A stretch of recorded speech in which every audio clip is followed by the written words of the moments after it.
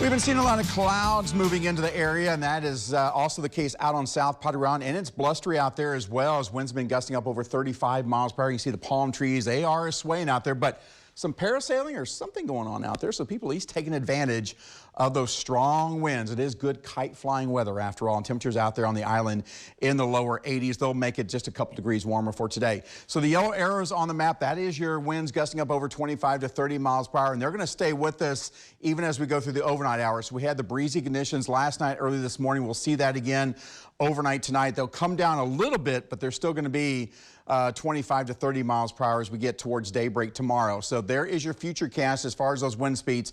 Strongest as you go eastward, 25 to 30 miles per hour as you go westward through the overnight hours. And then tomorrow they'll pick up again as we go through late morning into the afternoon hours. So as the kids head home this afternoon, lower 90s, it's going to feel like about 95 to 100. So make sure you stay hydrated this afternoon. Yeah, we're talking about that in the at the end of October of all things.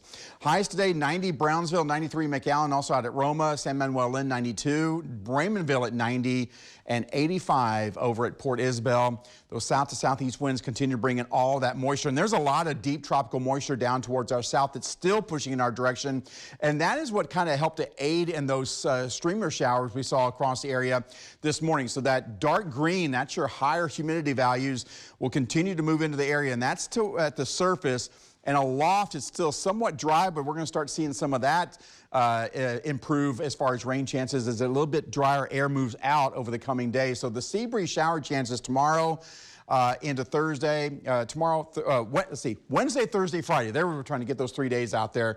But notice the actual rainfall forecast totals, not real impressive, which you don't expect that with sea breeze. They're going to be very isolated in nature, and we're keeping those rain chances only at about 20 to 30%. Out in the tropics, we still have Category 1 Hurricane Tammy. That will continue to kind of meander out in the Atlantic, but then starts moving westward towards the U.S. That's going to be interesting by next week. And then as far as the Gulf of Mexico is concerned, quiet for us. Depression 21 has moved inland, is now no longer a threat for the Caribbean, but is expected to emerge out over the Pacific and could become another system there.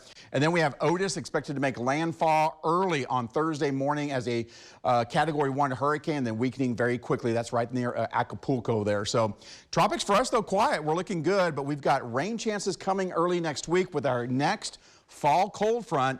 In the meantime, breezy, hot, and humid over the coming 3 days. Rain chances of the sea breeze through Friday. And then we kind of quiet things down for the weekend. Still hot, though.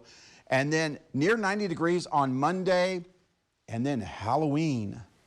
Looks like we could see our next front. And it could end up being, as I said yesterday, we've been kind of teasing it, strongest front so far this season, which would be great for Halloween.